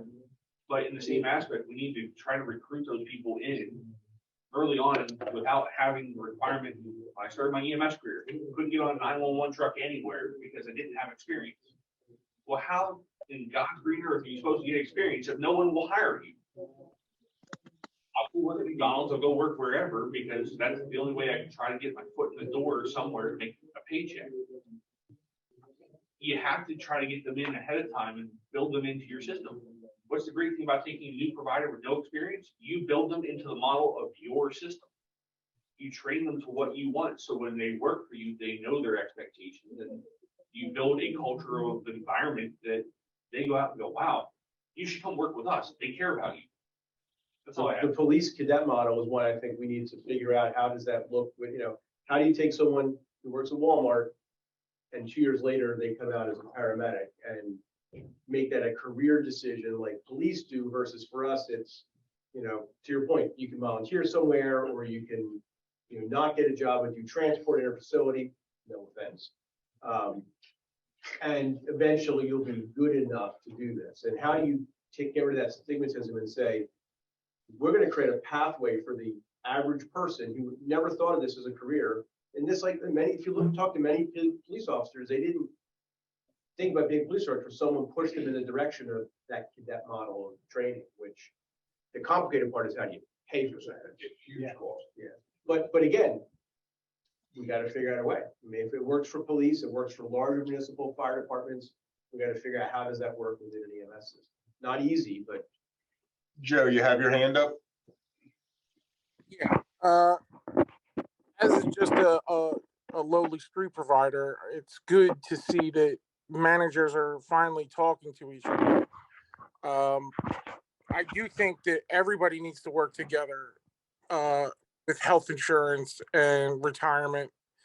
As somebody who just turned 40, these things have become increasingly more important to me. And it's all stuff that I didn't think about when I started in EMS in my 20s. But I'd like to see if agents work together to buy health insurance. I see, it's my understanding that Plymouth and Second Alarmers buy their health insurance together to get better premiums. And they're the two largest squads in Monco. I just left Levittown because the health insurance deductible or the copays were just ridiculous. And I'm working at 139s for Capital now. It would cost me $80 to go to my endocrinologist each visit. And he wants to see me every couple months.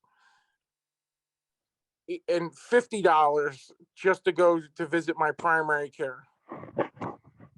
And that's stuff that people talk about, that we the providers talk about amongst ourselves. And I've been saying this for years now, and all I hear from leaders when I talk to chief officers from different places that I know in casual conversations is reasons why it won't work, but I never ever hear reasons why they will work, or even if they would try to make them work. And that's kind of what I'm hearing about the pension thing. There's got to be a way that, you know, or something to investigate that we can make things better than a 403B.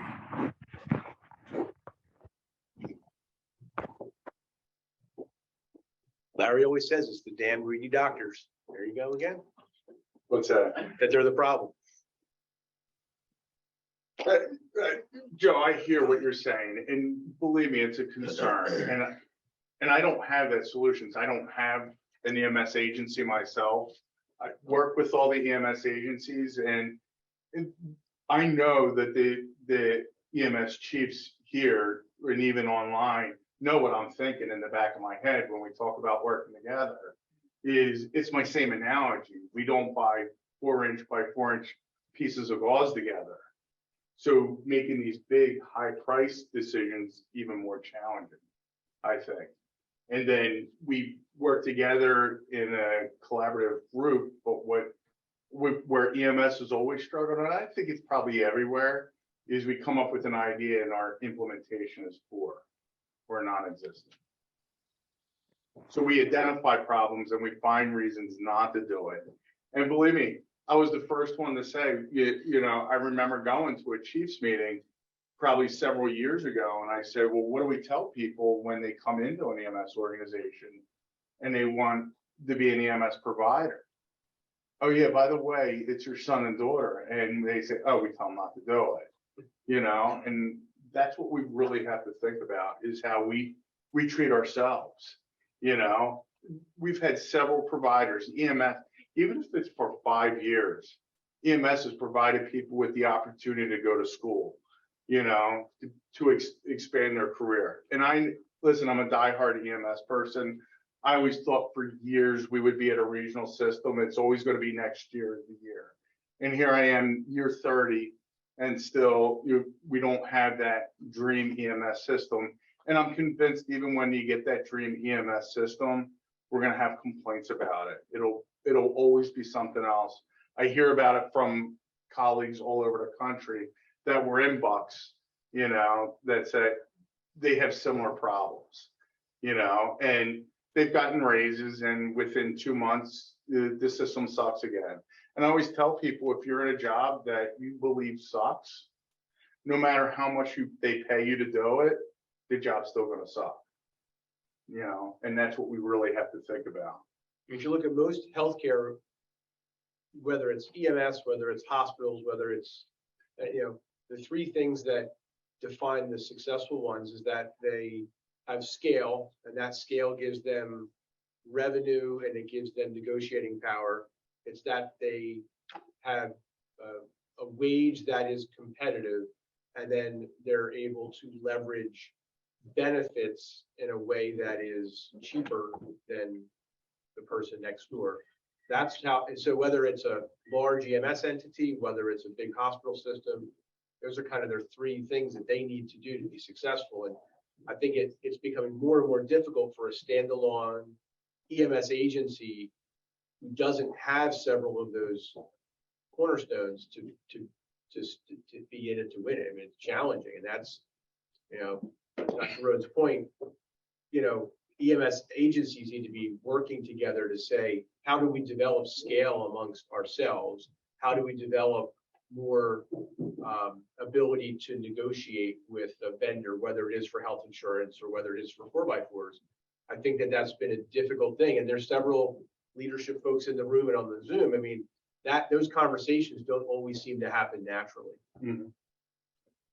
Do any of our providers offer a pension at their?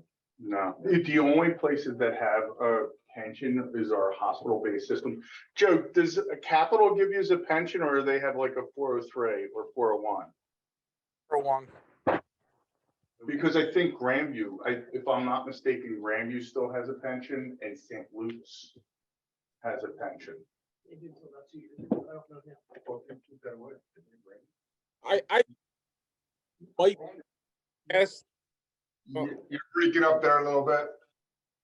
I think pensions might be a thing of the past for anything outside government employees, but even just working with health insurance, I think it would only take two agents to join together and prove that it could work or that it doesn't work, and then other people will come along, because there are the disruptors who don't want to participate, like in any kind of county meetings.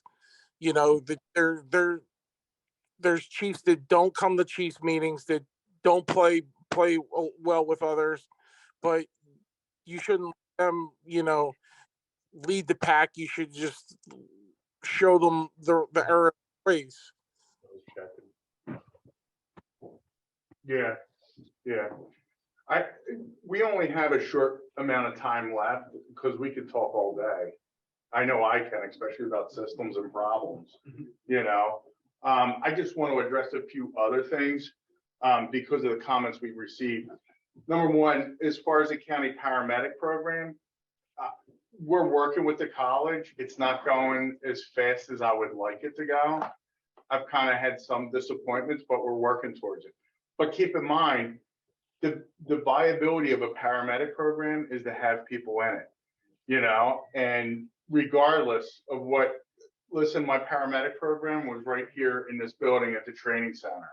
And I drove an hour and 20 minutes a few years ago, getting to class twice a week, going to clinical times. Well, we have to realize today's paramedic class is not the same class that a lot of our predecessors went to. There's a lot of it was a lot of work before, because even when I look at the current programs, the one program I looked at, they said if you have an extra 40 hours a week to do paramedic, and I'm like, I don't think I'd spend 40 hours a week. And then when I did the math, it was probably about 40 hours a week, 2 nights of class, 2 days precepting, and then study time. It probably was over 40 hours a week. The challenge will be is the class will never be where everybody wants it. You know, everybody wants to have a class that's 10 minutes from their house. It's not going to happen. Throughout the county, it takes an hour to get the paramedic class. You know, I think it's kind of cool that Nick is on there. Nick, where'd you go to paramedic class at? Boston. Yeah, from Bucks County? Correct. It was 9 months of online learning. I spent 2 weeks in Boston doing all the hands-on, and then came back here and did my clinical time at Doylestown, then my ride time at Central Bucks, and then went back to Boston for my national testing. Yeah, I just want to point out, people that really want to go to paramedic class, that will sign up for it. You know, when I went to paramedic class, I signed up for it knowing that I was going to drive from Bristol 2 nights a week, you know, an occasional weekend to Doylestown. And I think that's some of the idea that it's not going to fit everybody's commute. It's not going to fit everybody's schedule. You know, and that's one thing. We start a paramedic program and 10 people show up. That paramedic program is not going to last. Hence why there's not as many programs as there was prior to the COAMPS process. You know, and yeah, Kevin, we know that they do have satellite spots in their program, but again, you got to have the devotion to get into it. It's not everybody gets in. There's some academic requirements throughout the program. So there's no excuses if you don't get past. You know, you have nobody to yell at. So I just want to set the real expectations of a program. It's not going to be easy. It's not going to be an expanded EMT class. Like, it's going to be hard. And I tell people all the time, if EMS was easy, everybody would do it. But it's hard, and that's why we have limited people willing to do the job and stick with it. The other thing I wanted to talk about, because there was comments in comparing interfacility transports with 911 agencies, because an agency that provides both interfacility transport and 911 service, they have a job. There's not a differentiate between the agency. There's not an interfacility transport license and an IALS 911 license. It's one license, and they have a responsibility to fulfill. There's many EMS systems. Again, what if we had a regional system that covered both? Because interfacility transport is a challenge. So you get done dropping off a cardiac arrest patient, and oh yeah, on the 4th floor, we need somebody taking down the pen at 6 o'clock after your 10 of 6 call. You know, I think there's some things that we have to recommend. There are many things that put strains on our EMS system. And I think, again, by eating our own doesn't help the system. And just putting that out there. There was another comment about helicopter services not providing their own ground transport. That's not a responsibility of an air ambulance service to make sure that there's ground transport. That's a hospital responsibility. And I think we have to realize that and not accuse the air ambulance service for that. We're in challenging times, and not just the 911 system, but our interfacility transport. If that collapses, just that portion alone would devastate the 911 system, because there are sick people that need to get other places. And just because you're in a hospital doesn't mean you're getting the care that you need. And I think we really have to be understanding that we kind of always live in our boxes and don't look outside. Another thing I just want to touch on real quick, and I know we started to talk about it, is with the EMS dispatches. Listen, the dispatchers are just as short as every one of you. Within their tour, every dispatcher is doing an overtime or staying late or coming in early for every call. Is there going to be hiccups? Yep. But to say our dispatch system is horrible, I think is tough unless you did the job. I can tell you, I went to a resuscitation academy in Arizona representing dispatchers. I wouldn't want to do that job. I wouldn't want to do it, trying to describe to do CPR over the phone. It's like having Jason do our IT work. Jason's our most computer literate person in our office. And we'll say, Jason, help us with that. And within 10 minutes, he tells us to move and just does it for us. That's kind of how I feel like being a paramedic and being a dispatcher. I just want to tell people to move. We can do this, you know? So I just want to put that out there. And I encourage anybody to take that challenge and even go to the dispatch center and see what it's about. It's not as easy as it looks. We're at the mercy, the dispatchers are at the mercy of the call taker, of who's calling in.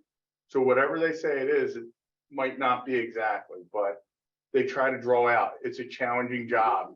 And again, they're part of our system, and criticizing that because we're upset, whatever the case may be.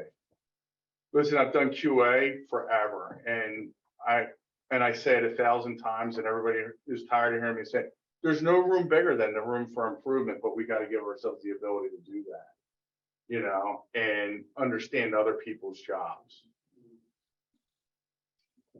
Does anybody have anything else? I don't want to, I know how it is when you hold people to the end of class, how painful that is. I think the only other thing I saw was that question about reports. If it's public information that the county can distribute it, we'll post stuff on our website. If it falls back on the municipalities, it'd probably be sunshine law public information. But I mean, there's no secret information. If we can post it, we will, but I'll look into it. Anything else? If I could bring up the one thing, guys, from Warrington. Sure, go ahead, Kevin. Yeah, I was working with Jason. We were talking to trying to improve our accountability of our medic program. Obviously, we're kind of the oddball in the county and a little bit different than everyone else, as we're more of a supplement than a primary transport, obviously. Trying to create a designation maybe similar to an idea similar to what Chester County does, and create a medic designation that we would sign on along with the rescue. Let me pause you for 1 second. If people don't know, Kevin is with 78s. So they are an ALS licensed engine company rescue. So they're responding basically in the EMS, in the ambulance world, we would be similar to a responder, a squad type vehicle. Go ahead, Kevin. So at times what we're finding, if 129, the ambulance service, if they drop to a BLS and we fulfill their medic requirement, when that medic gets on the ambulance, we end up losing accountability for them. The rescue returns available. There may be another medic on the truck to fulfill that requirement still, but we were discussing a designation to be able to use to kind of fix that, alleviate that. Some questions came up or ideas about using just 178R as a number, but the concern came up or idea came up that if 129 ever put a truck up that way, then we'd have to revisit this again. So just I don't have an answer. I don't have a full idea, but just something to maybe move some brains around. Timmy, I understand your situation, but you have a very unique situation because you're not part of the global regional response plan. It's pretty much isolated to your municipality. So, but we can work through that, I think. Definitely. I'm pretty sure. Yeah, absolutely, and we're understanding of that. We just want to, try to improve this slowly. I've heard of other organizations, other devices, the fire side of this county grows. We can kind of, create this and make something that works for everyone. Yeah, we'll chat with the communication center, make sure everything's good with the CAD, and we'll move forward with that group. Perfect. Sounds good, guys. Thanks.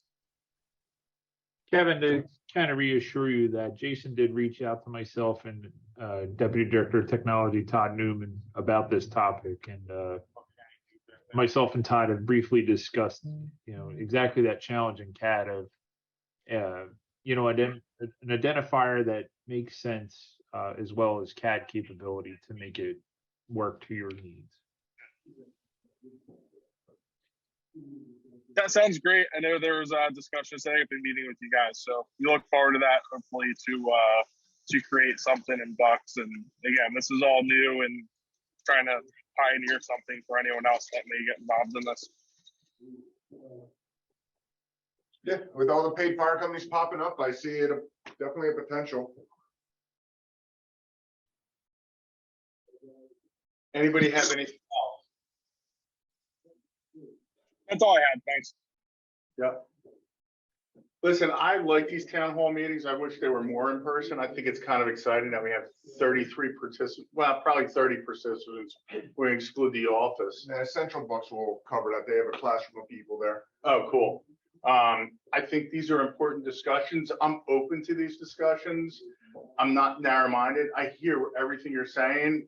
I have all the same concerns and want all the same things, or similar, but Jason and I talk in the office all the time. Sometimes I don't know if the office changed my mind or maturity changed my mind or a little bit of both, because like I said, I've had similar complaints at some point in my journey in my EMS career, talking, having all of those discussions. And I've learned a tremendous through the years. Again, we'd like to try doing these periodically. We'll see what the feedback is on the on these town halls, whether it works or not. But the one thing I want to end with is we got to take some sort of personal accountability in ourselves by continuously trashing our own career does not help with the situation.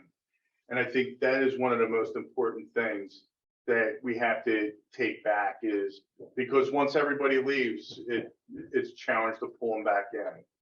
And I think that's really important that we take that.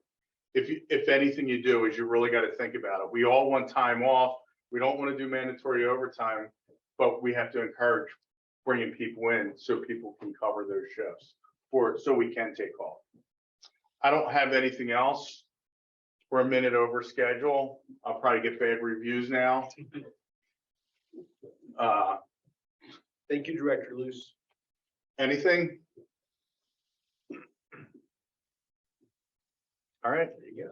All right. Have a good day. Thanks, and everybody. Enjoy the last warm day. This weekend's going to warm back up. Good job. Thank you, everyone. Thanks for those who came.